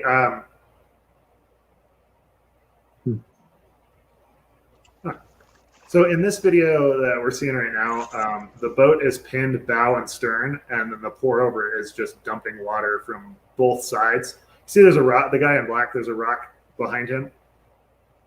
Yep. And it's like, so what we're trying to do is, we know it's pinned on the bow and we know it's pinned on the stern. We're trying to get like the boat to compress a bit, so it just like folds up and shoots through. Aaron, you're on mute. So for any reason you guys wouldn't deflate the tubes a little bit just to make it softer so it'll fold through there? I tried that, but I didn't try it yet. So what we're trying to do, this is like the very beginning of it. So we're just trying to get it moving to see if like where we could pull on it to get it moving. Now this what I liked about this is you guys are getting hands on the boat. Like, you have access to it, and you're not going straight to like a crazy rope system. You're like, hey, let's get short ropes and hands on the boat and see what we can do. We're trying to see which way we can move it, and like as you can see, it's like he's trying to lift up and I'm trying to like pull it. So we're trying to like get that bow up and over the rock, because we know the back, like most of the water's pouring in the back, and it's just not working. Yeah, is he standing in the boat there? Yeah, he's standing in the boat right now. Okay. The boat's basically wrapped on the bottom of the river right now. Is this Kybers? This is Kybers, yeah. This is the first drop in Kybers. I will say at this point, tube deflation. No, I'm gonna say at this point, we used to do is instead of where you stand now, if you stand on the downstream tube, and then you clip to the upstream tube and pull up. Sometimes this one I don't think it would work, but sometimes you can get that upstream tube to pop up above the water, and then the boat will start to drain. That's exactly what we're trying to do right there. Yeah. But get your weight on that. I would get my weight on that downstream tube and stand on the downstream tube to push the downstream tube down in the water more, and to help get that upstream tube up higher. Yeah, and normally that would be the case, but behind Kaylee in the blue, there's another pour over drop pouring water in over the top, just like behind. Chris. And like I said, I don't think it would work here. There's so much water coming in, but it's like, it was really fun because it's just such a complex flat wrap. There's like 2 pins and a wrap and like all kinds of stuff. But Trevor, do you use the term flat wrap for this? Yeah, I would use the term flat wrap for this. This is actually like a flat wrap. I don't use the term flat wrap a lot because they tend to, what most people call flat wraps most of the time just tend to be like hard pins, or it just doesn't seem like. I think when it's wrapped to the bottom of the river, I'd call that a flat wrap. Yeah, it's funny though, because it's not really wrapped on a rock on the bottom of the river. It's just pinned bow and stern with like 2 pour overs on the bow and stern pouring in. It's just such a weird, like, it's such a weird spot. Wow. I feel like a flat wrap and a pin are kind of the same thing, aren't they? They are. Yeah, I think so. I mean, a pin is a very wide variety of things. A flat wrap is it's wrapped down to the bottom, and it's not wrapped around it; it's just forced to the bottom. Yeah. The the only reason I don't really say this is much of a flat wrap is because I think of a flat wrap more as like you got a rock and the boat's like sitting on top of it, and there's a pour over pouring on top of it and just like anchoring it. But this is basically a flat wrap. I mean, that's the best way to put it. Right now, I'm trying to like kick that tube to push it. Eventually, I do try and deflate the tubes, which kind of works. What's the swim like? What if somebody swims? This is actually in the top of the first rapid, and there's a lot of busy water below this. So if you swim, there's an eddy on River Right you can catch, and then like a big rock. It basically flows straight into a rock with a large pillow, and you'd probably get flushed right or left into an eddy.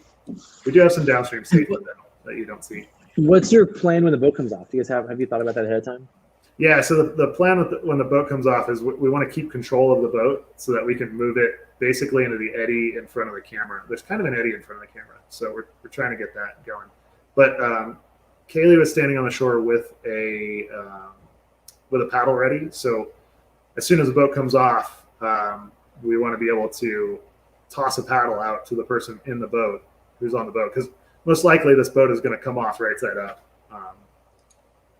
Was our plan. So what we're trying to do now, I believe, is we're trying to free that paddle, because that paddle is helping to keep the boat down. So we pulled the spare paddle out, and then we're trying to compress the boat. So like just get it to squeeze up on itself so the bow pops over. Was my plan. And again, I really like that you guys are trying. Let's try a lot of things out, try different pulls, and there's no rush here. Like, hey, we're gonna take our time. Nobody's stressed. Hopefully, definitely feels very calm. We were at this for like an hour maybe, because I was like, this is a really great training opportunity too. So let's take as much time as we can to like get hands on the boat. And it's actually like, I mean, given where the wrap is, it's like really easy to access. It's really easy to work with. It's really easy to like get in the boat.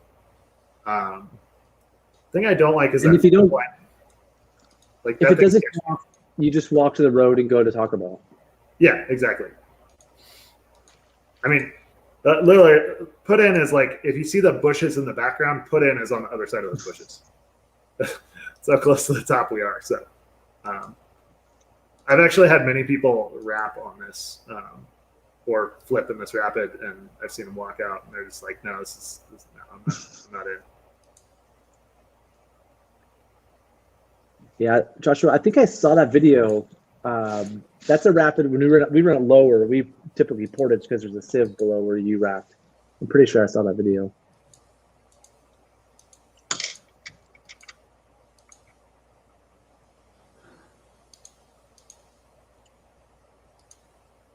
Yeah, that's the high-tech solution for sure. Nick, are you saying bow to stern, transport hitch bow to stern, and just like taco it? I feel like all that stuff though, you're working against the river. Like everything that like that's the problem. You gotta like, what's the river doing? It's pushing, it's ramming it down into there, and like you're overpowering this river. It's gonna be hard. That's why I come back to this is one where you like. Feel like you got to just soften the boat so it can squeeze through that thing. Like otherwise, with tube deflation, are you worried you're gonna put water inside the tubes? Go ahead. Go ahead, Aaron. I was gonna say yeah, a little bit, but I mean at this point, like everything else, like you're unless you put a lot of force on that to overcome. You know how much force is flowing into that thing right now. You just look at all the water going in there and how deep it is. I get it. Yeah, I get it. I think. What I think I like doing is, let's get some hardware out and show off our training. Right? It's like, ooh, if I just deflate some tubes and it pops out, I'm like, ah. But Nick and I have been working on this transport hitch thing together. We were practicing it and like, oh, this is a chance to show that transport hitch off. Let's see what it can do. So I think there's a part of us, whether it's conscious or subconscious, that's like, let's pull our pulleys out and use this hardware. So answer your question, Zach. I wasn't too worried about water getting in the tube because obviously, like, it's stuck there. But it's a rental. It's not my boat. It was Chris's boat. So I was like, whatever. stab it with a knife. But really what I was more worried about was downstream. The water is super, super busy. So if we came off of that, being able to navigate that without like flat tubes, having flat tubes would not be so great. Yeah. Like, there are several wrap rocks below this that if we had flat tubes, since this is a high side, it would have wanted to wrap even more with floppy tubes. So Are that was you? my main concern. That makes sense. I'm looking at it now. It looks like you're trying to do a 2-to-1, about a stern 2-to-1 right now. Is that what's happening? Yeah, I'm just trying to pull the bow up. So I know the stern is pinned, but I'm just trying to pull the bow, and yeah, it probably went as well as. This is kind of like the transport hitch, but it's like a 2-to-1 version of it, right? Like, is that what I see? Yeah, that's basically what I'm doing.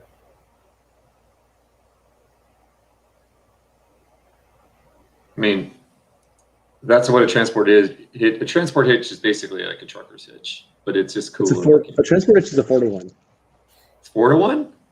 Right? Is the one we're working on? Isn't that Transport hitch is a 3-to-1, isn't it? Or it's there's a 4-to-1 that we're doing. It's a 2-to-1 on a 2-to-1 that we've been practicing. oh really? That you can do with just webbing and carabiners. You don't need pulleys or anything. And it's Yeah. self-minding too. Yeah, that one. I thought. Well, then you got the whole vector pull thing going with it too, which adds another layer to it. The one we're doing is a 2-to-1 on a 2-to-1, so it's a 4-to-1. It's like a pig rig. Really? Mm-hmm. Do you have video of that or photos of that somewhere? I mean, it's a Gear Garage episode. Nick's a star. Oh yeah. Nick did a Gear Garage on it. The one we're doing is maybe there's a different one. In boat system here. Yeah. I don't mind them in the boat. Willie, there's not as much current as like there's not as much force as you might think because the water's super aerated. Like you can basically see it's all white water. When I was standing in there, it didn't really. I mean, it really didn't do much. And Nick, that would have been awesome if we had that in there. It would take. I mean, if I was to set this up in this situation, it would take me a few minutes to remember how to do. I have to sit there and think, okay, I put this here, this there, and it would take 10 minutes to set up. And it may or may not work. But it would be if I was here, I'd be like, guys, come on, let's do the transport hitch. I've always wanted to do it for real life. And he'd be super annoyed with me, like, no, let's just get it off. We want to go boating today. You don't need to show off all your mechanical damage. Anytime you want to come down and wrap right here on Kybers, I would be happy to do that, and we can pull a transport hitch. Oh man, the thing about when you try to wrap on purpose, you can't do it. Oh, I can wrap on purpose. I never can. All right, so that was all of that video, and I think I just put this again at the end. So just to clarify, Aaron, I did deflate the tubes, and it came right out. You're welcome. Anything, whenever it's pinned on the ends like that and it's pushed down in, it seems like this is a classic. I actually had to drop the thwarts completely, and I had to deflate both tubes and the floor to get it out. It was just and like the floor. It was a floppy noodle that just went like. Yeah, I bet. It kind of came out like a jellyfish. Did you have a line tied to shore and just like pendulum in, or what happened with it? Yeah, that's exactly what happened. We just pendulumed it in. Yeah. How long did you play around with all this ropes and things before you're like, let's just let the air out? 45 minutes. And then once you decided to let the air out, how long did it take? Shut up, Zach. I'm a mechanical advantage guy. I'm basically giving air a flop here. It took like 2 minutes. Just because I had to crawl in there and my hands were already cold, so I had to like crawl in there and find the valves, and the water was just pouring down on top of me. So I'm like, yeah, it took about 2 minutes to get it. I'm just making Aaron's case here. I'm all about, hardware and angles and let's get ropes out there. Like that's what I've always done. Aaron's more about like, no, you just let some air out some tubes and you're good. I feel like this is a really good one for it. I'll say the last one, the first one we saw, would not have been a good one for it. That last one, where the one at the on the North Fork of the Feather. I think it was harder at that point. Yeah, that would have been messy. It just it wasn't set up in a way where like you could look at it and be like you can see the river wants to push this boat through that gap, and the boat's keeping it from it because the boat's so inflated. And you're like, yeah, if you let the just like you say, it'll just kind of get pooped out of the hole that it pooped out of the chute there. If you soften it up. So and in general, when I tell people to deflate tubes, I say don't deflate tubes that are underwater, but this is one where I probably would. I'd be like, yeah, this is actually the only way to get it out was to deflate underwater. So that's why I wanted to include this video because I need like it. No. I mean, at 27 to 1 to pull it out, you do a 4-point self-equalizing anchor with a 27 to 1. This thing comes out. If you go, as long as Zach, as you put your anchor around the tube, I think. Did you say at 27 to 1? Yeah, you might blow the D-rings off, man. That's why you do a 4-point self-equalizing anchor, and then do a 3 to 1 on a 3 to 1. This bad boy comes out. It's gonna take like 5 hours, but I did a 4-point system. It was. I mean, and then Trevor, once you do that a couple of times, though, you're like, that is really easy. Like the first couple of times I wasn't believing, but then you start doing it, you're like, man, we were working so hard, and that was so easy. And then you're all of a sudden you're like, oh, maybe I'll go do this earlier. I mean, it's a working situation though. Like, I know a lot of stuff that it doesn't really work. Like, especially when you're wrapped on a sieve. If you're wrapped on a sieve, I don't think deflating tubes helps. Like, I would rather have more air in the tube. Well, yeah, I got some other thoughts on that. Yeah, Trevor. That's a California boater attitude right there. Oh, yeah. Yeah, I don't know what I have to say about that. Man. It's a very real problem for us here. Yuck. So the last thing I want to ask about this is, when you did this, were you worried about getting water in the tubes, Trevor? Was that a concern? No, it was more getting the boat out of there because this was during an event when the water was coming up, so it was like getting warmer progressively during the week. So, I mean, this boat could have been shredded, and it's like this is the first trip that boat took, and my buddy was like, "Please don't leave my boat here overnight when the water is going to come up to like 2,000." This is like 600-700 CFS, and then it was forecasted to go up to 2,000 that week, I think. And it was his first trip. Did you check for water in the tubes afterwards? Yeah, and we vacuumed it out of the shop vac. There wasn't really much in there. I'm just curious. There's maybe like a cup or two of water that was in there. Well, a cup or two? Yeah. I mean, that's legit. I mean, that's worth throughout all the I think that's an important detail is when you do this and if you do let the water out, you then do need to go in and pull the valve off, suction vacuum it out, and let it dry for a bit. Yeah, that's why, and that's what I was saying. In general, I try to not do all the tubes. Choose one. Then it's a lot better than you have one tube to clean out. Yeah, we did take a valve wrench and suck it out. Yeah. It's weird too because you can get a lot of mildew in your tubes and it just ruins the inside of your tube. So, putting like a stick in there or something to hold the tube up so that you can get airflow in the tube, it's kind of a good idea too. Yeah, that's I mean, getting water out of 4 tubes is a project. And the floor, and the thwarts. They did all of them. Oh, the floor is brutal. There's only two. There are only 2 outside tubes on this boat. It's a high side mini max. Oh. I don't think I would ever let water out of the floor because let air out of the floor because I know how hard it is to get water out of the floor. That's a beast. I don't think I would go that route at all. Zach, I'll say I've never had to with I've never gone to the floor. Now that being said, I've never had one quite that looked like this. So I might here, but I'll say personally, I without doing the floor, it's worked really well.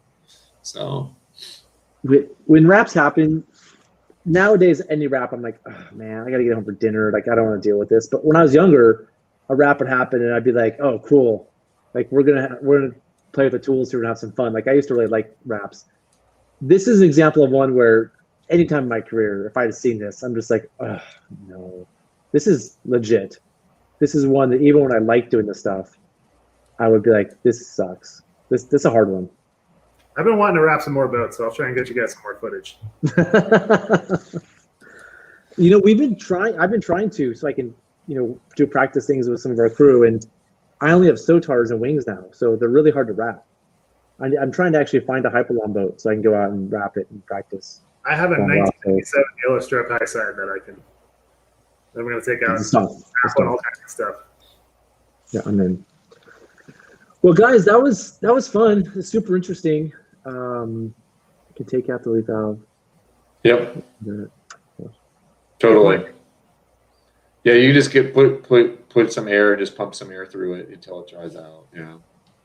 If they're at opposite ends, but most PRVs are next to the valve, and it's just floors are big. Take a big red blower and put it in there and just angle it like up. Or you can take a little piece of hose and slide it halfway up or 2/3 of the way up, and then just like, you actually don't want to blow with your mouth though, because then you're adding more moisture into it. These are all things that are hard and take effort. You know, I'd rather just not deal with it. Zach, stay at home then. Stay at home. If you don't want to deal, stay at home. No, stay at home. I'm going to use the transport bugs and play some chess. Hey, if I use a transport hitch, I'd have an awesome video to show you guys the transport hitch, and I wouldn't have to let any water out of the tubes. I can play all the chess I want.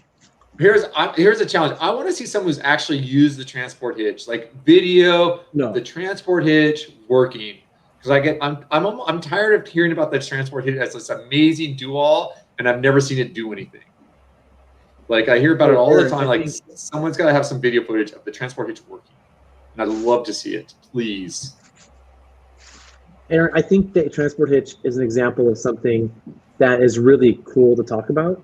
Yes. And it's really cool in practice, and really cool at the warehouse, and really cool to teach and practice. In practicality, I don't see its value. It's too complicated. People don't understand it, and it has limited use. I don't think it's a real thing. I think, though, Mark Hurst told me he heard of somebody kayaking that used it once, because somebody kayaking had gear, and so that's what they had, and they used it. But I think in any raft thing, it's a novelty. It's not a technique that we should see as a primary technique. I'm going to go wrap a boat to get it off. I would only do it to practice this thing that I learned how to do. I'm like, oh, cool, we can try it here. But, you know, as a practical tool, I don't like it. And I'm a big fan of, like, doing techniques that everybody is aware and understands. So as soon as there's 3 people on scene, and I'm like, hey, I'm going to do a transport hitch, and the other 2 people have no idea what that is or how it works, you've taken them out of the system. You know, if you want to do things that are either super simple to explain or common techniques where everybody has some training and familiarity. So I'm with you. The transport hitch is like a novel thing I like learning, and something I might use if I'm by myself, but not something I want to force onto a rescue scene unless the other people are like, if Nick and I went, we'd be like, yeah, let's do a transport hitch. But if I was with you, Aaron, I wouldn't even, I'd be like, never mind. This is just going to waste our time. Well, I would love if I had my lunch there. I would sit there and watch you play with the transport hitch for like an hour. Yeah, exactly. So I mean, I'd want to set up a video of it. And yeah, that would be. I'm totally down. I kind of want to go wrap a boat now just to try the transport hitch. But transport hitch, no matter what, any problem that comes up on my next river trip, I'm going to go to the transport hitch first, no matter what it is. Okay, we all got to get together. We're going to wrap a boat together. I'll bring snacks for Aaron. I'll shoot you, Zach, and you can transport it all day long. Let's do it. Yeah. I think, Aaron, the point you're making is a really good one. I just want to reiterate, like, this is one of those tools that people teach, and I don't think is super effective in the field. I'm going to say it's kind of novel, but it isn't something that's going to, it doesn't actually work. Like, it's not something that's helped in the field, you know, across many examples. It's just, and that's exactly like you have limited time to practice. It's like the guy we talked with about practicing taking your life jacket off. Like, what? Like there's a lot of other things that you want to be working on, and practicing removing your life jacket because you're stuck on something is like, Oh man, I mean, I feel like your time would be better spent practicing swimming to an eddy, you know, and like avoiding objects or something like that. Like we don't have unlimited time. So, Yeah. oh, Josh, cool. Joshua, great. The Let's do transport. it. Let's do it. Transport challenge. What is what would a transport hitch challenge be? Well, I think Zach, show us video of you using the transport hitch for something like transport hitch being useful. It could be anything. To mess up. It could be like pulling your car out of a ditch. It could be for anything. Is this you want me to do it or you want? No, I'm just saying. We got viewers. It's just like, hey, if you guys get a chance to use the transport hitch, like, just want to see ways we can use the transport hitch. It's got to be something better than just pulling a beer. Pulling a beer. That was my first thought. Okay, so Aaron, you're suggesting we create the transport hitch challenge. Oh yeah, it's a video of yourself using a transport hitch for something that is at least simulated as being interesting. Well, interesting and useful, and like we can have points for how interesting it is, how creative it is, and how useful. If it's useful, that should be like, yes. How about this? You work on the deets, and next week we'll that's the transport hitch challenge. Sounds good. I can't wait. Yeah. I'm stoked. They call it end drag, which is the same idea. Yeah. I think for canoes it could work pretty well. Well, should we wrap this bad boy up? I'm sure people have things to get onto. Yeah, I'm sure everyone's wanting to get on with their day, but they don't want to miss out on any of the show. They got the phone going. So, yeah. Hey, first of all, I want to thank Trevor. Thanks for coming in again. And thanks for organizing all those gifts and the gifts for the competition. And all of you who sent in stuff for the flip competition. It was really fun going through that footage. So thank you for doing that again. Those of you who made it to the end of the show, thanks for making it to the end of, what is it, Aaron and Zach's awesome rafting show? Is that what we're called now? Yeah. With Trevor sometimes. With Trevor. With Trevor. With Trevor sometimes. Guest starring Trevor. Yeah, we should lead you on the credits, Trevor. So, anyways, a couple of things here. If you guys haven't done so today, please like this episode. Tap that like button. Don't forget to subscribe. That really helps us in the world of YouTube and gets the word out. Finally, smash that, what is it called? The bell. Smash the bell so that you can get notified every time Zach puts anything online. Those of you guys who put the comments today, thanks again. Love all your comments. Really enjoyed our talk early on about river shoes. That was a fun one. So, and then if you're listening to this later on and you have questions, comments, please add them below. We'll get back to you. We'll address it in the next show. If you guys have video footage, it would be great. Send it to us. Like, leave a note here in the footer notes, and we'll get a hold of you. And we'd love to get some more interesting video from different places, different styles. Part of the purpose of this show is to see how people do things differently. And maybe you do things and we say, oh, that's a dumb idea. But man, I feel like we learn a lot just seeing how, they do that. I never even thought about doing it that way. So we appreciate just seeing different perspectives, different ways to do stuff. We know people are watching this all over the place. So if you've got some footage, love for you to share it. And Nick, to answer your question, we sometimes don't pick the topic of the show until Friday morning. It's not like, hey, next week let's do this and find video. We really react to videos. So, this show is going to be about lining originally, and then Trevor sent us all these rap videos, and then Brett Burns sent us his video. So we'll adapt the show to the video. So I think it's less about the topic and more about like the video that we get. Yes. All right. Well, hey, you guys, thanks Monday again. Show? Monday show. Real quick.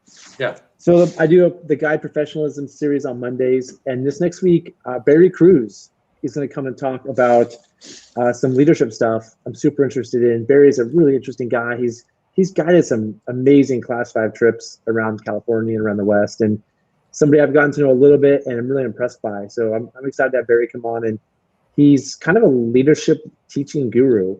And so he wants to share some of his thoughts about leadership for river guides. That's what Barry does in his real life. Is he does leadership training. A great guy to learn from. I know Barry personally. I've voted with him a number of times. Yep, he calls it his leading steep talk or whatever. So he's going to give it live Monday at 12:30 on the channel. So we'll look forward to that.